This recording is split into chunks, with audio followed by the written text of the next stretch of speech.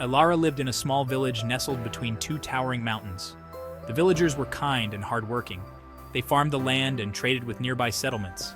Elara loved her village. She spent her days helping her parents and playing with her friends. Life was simple, but she yearned for adventure. She dreamed of exploring the world beyond the mountains. One day, while exploring the attic of her grandmother's house, Elara found something extraordinary. It was an old leather-bound map tucked away in a dusty chest. The map was faded and worn, but Elara could make out faint lines and symbols. One symbol in the center shone brighter than the rest. It was a star, and it was labeled the Everlight. Elara's heart pounded with excitement. She had heard whispers of the Everlight from the village elders. Legend said it was a treasure of immense power, capable of granting wishes. Elara knew she had to find it. The map felt warm in her hands, as if guiding her towards an incredible adventure. After what felt like days, Elara finally reached the summit of the first mountain. She stood at the edge of a precipice, gazing out at a breathtaking view. The sun was setting, painting the sky in hues of orange and purple. Below her stretched a vast and ancient forest, shrouded in mist. The map indicated that the Everlight lay somewhere within its depths. Taking a deep breath, Elara began her descent.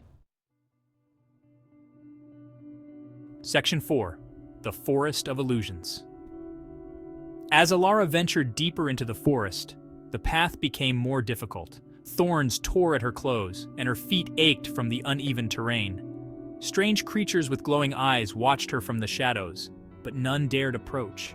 The forest seemed to twist and turn, confusing Elara's sense of direction.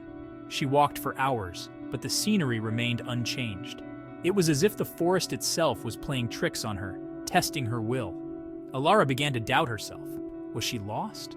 Had the map led her astray? Just when her hope began to dwindle, Elara stumbled upon a clearing. In the center stood an ancient stone door, covered in intricate carvings. Elara recognized the carvings from the map. This was the entrance to the Everlight's resting place. Section 5. The Everlight. With trembling hands, Elara pushed against the stone door. It creaked open, revealing a narrow passage that led down into darkness. Elara hesitated for a moment, then took a deep breath and stepped inside. The passage was cold and damp. Elara could hear water dripping from the ceiling. As she walked, the air grew heavy with a strange energy. It pulsed around her, making her skin tingle. Finally, the passage opened into a large cavern. In the center of the cavern, floating in midair, was a ball of light. It pulsed with a warm, inviting glow. Elara knew instantly that this was the Everlight. As she approached, the light pulsed brighter, bathing her in its warmth. Elara felt a surge of peace wash over her. She realized then that the true treasure was not the Everlight itself, but the journey she had taken to find it. Section 6. Treasure of the Heart.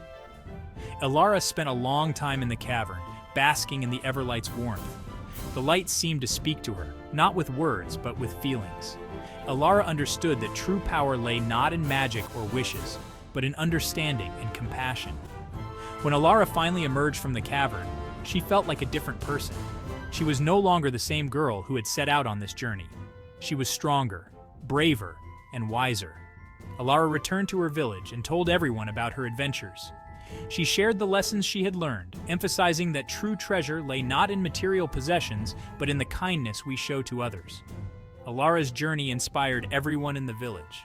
They learned that even the smallest person can achieve great things with courage and determination.